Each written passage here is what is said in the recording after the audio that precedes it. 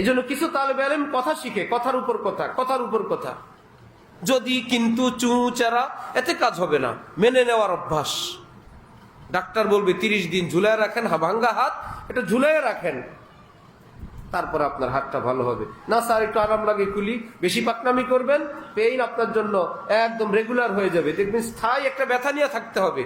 এই জন্য কিছুদিন চুপ থাকেন, কিছুদিন আদবের সঙ্গে থাকেন, কিছুদিন একটু পরিষ্কার পরিচ্ছন্নতার অভ্যাস করেন। এটা আমাদের কওমি মাদ্রাসার একটা, কি বলবো আমি, একটা মহামারী। এক মাদ্রাসায় আমি পরিচ্ছন্নতা নিয়ে বয়ান করার পর আমাদের হযরত ওয়ালার এক সাথী এরকম পাশের রুমে ছিলেন।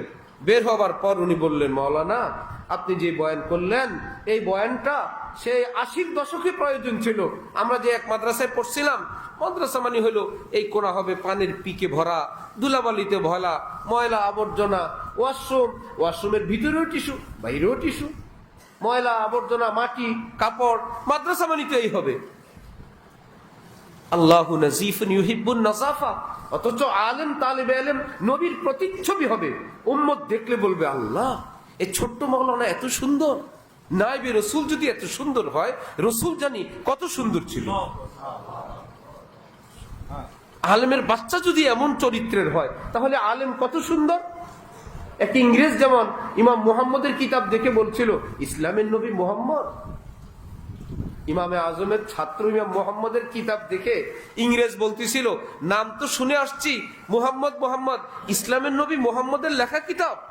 তখন বলল, আরে বোকা, নবীও না, সাহাবিও না, তাবিও না, তাবি, বহু পরের ইমামে আজম আবু হানিফার এক বাচ্চা ইমাম মুহাম্মদের লেখা কিতাব।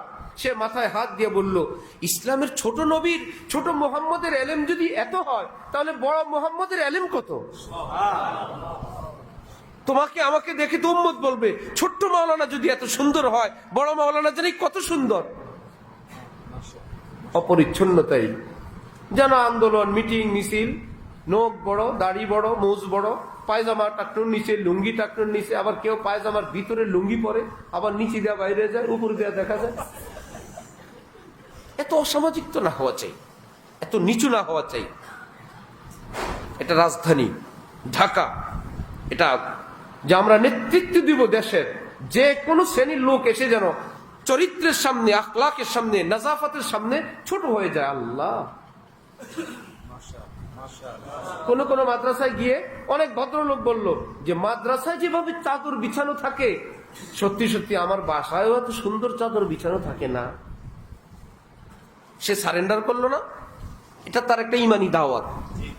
এই জন্য ছেঁড়া থাকলে কোনো আপত্তি নাই, পুরাতন থাকলে আপত্তি নাই, যা আছে পরিষ্কার পরিচ্ছন্ন থাকবে ইনশাআল্লাহ। জিবরিল আমিন যতবার আসতেন মিসওয়াকের কথা বলতেন, এটা আমাদের বয়ানে থাকবে, মিসওয়াক থাকবে না।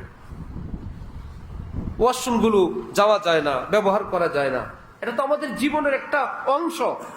মাদ্রাসাওয়ালারা মনে করে মসজিদ বড় বানাও, আরে ওয়াশরুমে কে থাকে? কে থাকে না, সবাই থাকে। ওয়াশরুমে কে থাকে না, সবাই থাকে।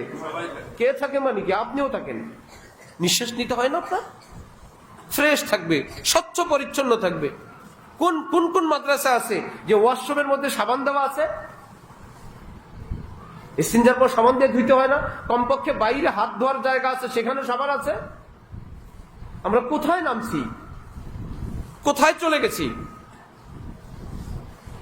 যে ভাই ওয়াশরুমে একটু সাবান থাকুক, একটু বাইরে থাকুক, কমপক্ষে ধোয়ার ভিতরে থাকুক। হ্যাঁ, ওয়াশরুমে কোনো কোনো মাদ্রাসায় গিয়ে আমি সাবান পাইছি ওয়ালের সঙ্গে ল্যাপটা লাগানো।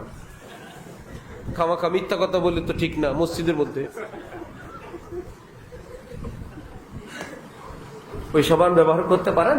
পারা যায়? কোন ভদ্র ফ্যামিলি, কোন ভালো ফ্যামিলির থেকে ছেলে এসে, আপনারা আজকে তালেবে ইলম, আগামীকাল আপনারা আলেম, আপনারা কর্ণধার, আপনারা মুহতামিম, আপনারা জাতির হাল ধরবেন। নিচুতা থেকে উঠা চাই।